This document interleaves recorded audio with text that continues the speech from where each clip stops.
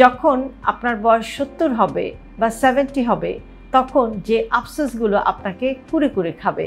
একদিন হয়তো বারান্দায় বসে বিকেলের রোদে একটু চা খাবো, আর মনে পড়বে কত কিছুই তো করতে চেয়েছিলাম, কিন্তু সময় নেই বলে থেমে গিয়েছিলাম।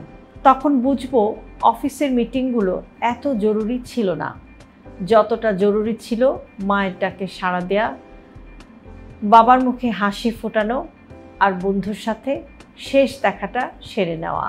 হয়তো আফসোস হবে ভালোবাসা প্রকাশ না করায়, নিজের মনের কথাটা না বলায়। ভেবেছিলাম সময় তো আছেই, কিন্তু সময় তো কারোর জন্য থেমে থাকে না।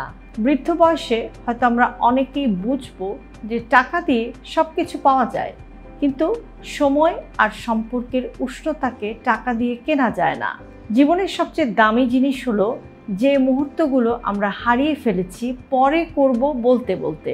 তাই এখনই ভালোবাসুন, ক্ষমা করুন, ঘুরে বেড়ান, হাসুন আর বাঁচুন।